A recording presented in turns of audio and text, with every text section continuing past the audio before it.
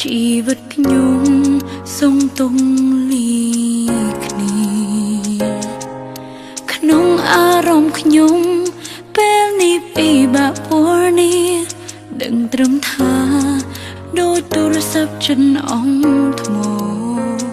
ខ្ញុំចង់សម្រាប់បន្តិចឲ្យបានធូរស្បើយក្រនមកហើយនឹងដើរទៅមុខបន្តនៅក្នុងពេលនេះខ្ញុំត្រូវការអ្នកគាំដរហើយចន្លោឲ្យរកខ្ញុំផ្អែកស្មាមានអារម្មណ៍ថាហត់ហាត់ខ្លាំងត្រូវការកម្លាំង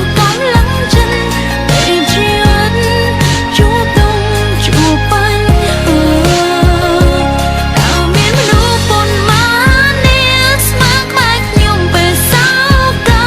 ហើយប្រាប់ថាក្រោមឡើងគុំអស់សង្ឃឹម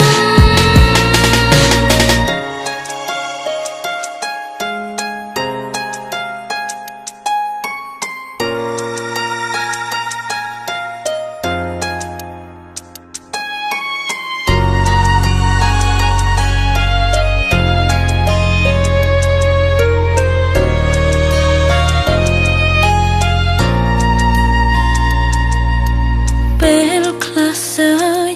ពេលខ្លះក៏យំជីវិតខ្ញុំសុងទុំលីគ្នាក្នុងអារម្មណ៍ខ្ញុំពេលនេះពិបាកពណ៌នេះដឹងត្រឹមថាដូចទូរស័ព្ទចិនអង្គថ្មខ្ញុំចង់សម្រាប់បន្តិចឲ្យបានធូរស្បើយក្រនមកហើយនឹងដើរទៅមុខបន្តនៅក្នុងពេលនេះខ្ញុំត្រូវការអ្នកគាំដរហើយចន្លោឲ្យរកខ្ញុំផ្អែក